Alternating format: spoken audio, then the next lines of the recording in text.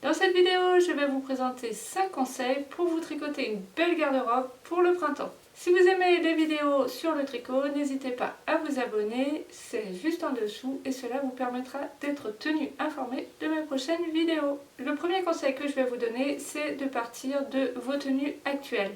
Vous allez pouvoir tricoter des pièces qui s'harmoniseront avec ce que vous possédez déjà dans votre garde-robe.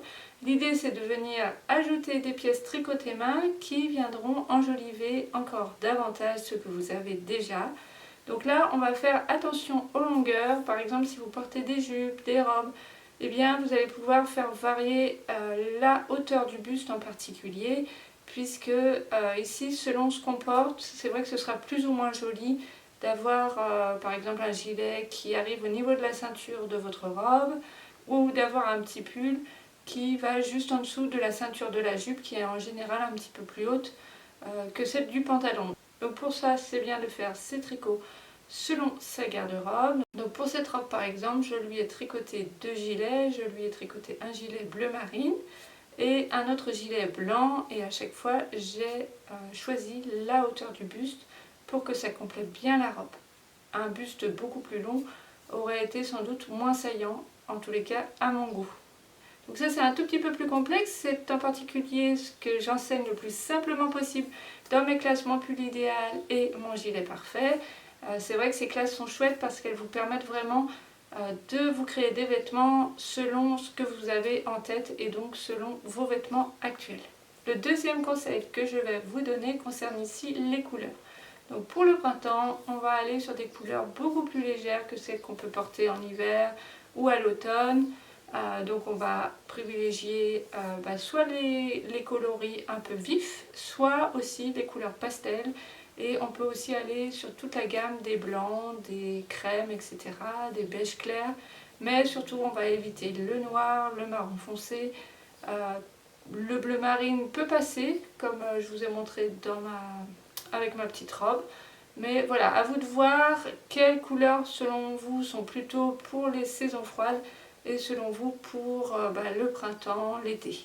C'est vrai que par exemple le moutarde, moi je le privilégie pour l'automne et l'hiver, mais après tout c'est un choix personnel, ça concerne les goûts et les couleurs, mais au moins que vous sentiez que cette couleur vous fasse sentir que c'est la belle saison. Le troisième conseil que je pourrais vous donner, c'est d'aller découvrir les fils qui ont été spécialement conçus pour la belle saison. Beaucoup considèrent que le tricot ne concerne que l'hiver et l'automne, tout simplement parce qu'ils sont habitués à tricoter de gros fils épais, de laine, bien chauds. Alors que le tricot en fait est tout à fait compatible avec la belle saison, tout simplement parce qu'il y a des nouveaux fils qui sortent pour le beau temps. Ce sont des fils en particulier végétaux, donc on va avoir du bambou, du coton, du lin, de la viscose, du chanvre, et aussi de l'ortie. Et on va aussi pouvoir tricoter des fils légers comme le mérinos par exemple. En particulier si vous le déjaugez, comme je vous l'ai présenté dans ma vidéo précédente. Donc si vous avez l'occasion d'aller visiter une mercerie, une boutique de laine à cette saison, allez voir s'ils ont un réassort particulier pour les beaux jours, et en général il y a plein de fils qui nous font envie. C'est vraiment l'occasion d'aller découvrir une autre manière de tricoter, et je trouve que ça complète très bien ce qu'on peut faire à la saison froide. En parlant de fils, je vous invite à aller télécharger le document fils favoris qui se trouve dans ma tricothèque. Ma tricothèque, elle est gratuite, le lien se trouve dans la description pour vous inscrire. Vous allez y trouver plein de documents, et en particulier ce document sur les fils que l'on a fait de manière collaborative avec toutes les personnes de ma communauté. Donc les tricoteuses et les tricoteurs ont indiqué quels étaient leurs fils préférés et on les a ainsi classés. Et au passage, dans la tricothèque, vous allez trouver de nombreux documents, plein de ressources pour aller plus loin dans votre passion. Je vous promets que ça va vous plaire. Le quatrième conseil, c'est de profiter des beaux jours pour aller vers des tricots ajourés, des tricots avec de la dentelle. Donc si vous n'avez jamais fait de dentelle et de tricot ajouré, ce n'est pas si compliqué. Je vous assure qu'en fait, c'est un peu comme les torsades, ça se fait finalement beaucoup plus facilement que ce qu'on imagine. Donc ça peut être l'occasion d'aller tester un petit peu ces points-là, parce qu'effectivement ça donne un côté beaucoup plus aérien au tricot, et c'est encore plus agréable à porter ensuite. Ça ressemble aussi un petit peu au top, au crochet que l'on connaît tous, mais là c'est avec le tricot.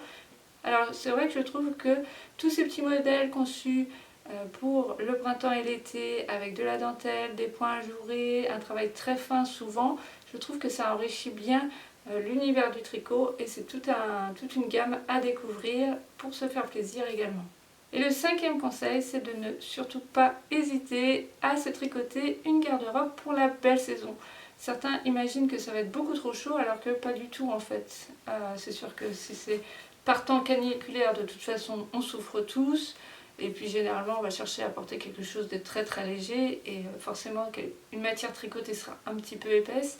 Mais hors canicule, c'est vrai que tout au long du printemps, même lors des soirées fraîches, on a beaucoup de plaisir à porter nos tricots spéciaux pour le printemps. Et c'est vrai que si on a fait un travail spécialement pour cela, donc avec de la dentelle, des points ajourés ou alors avec un fil léger, joli, coloré qui nous fait penser tout simplement à la belle saison, on aura vraiment beaucoup de plaisir à ressortir ces pièces au fil des ans.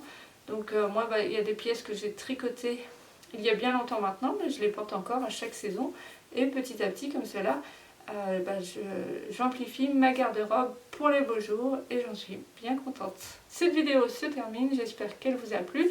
N'oubliez pas de rejoindre ma tricothèque, je vous mets le lien dans la description. Je vous dis à très bientôt et je vous souhaite un bon tricot.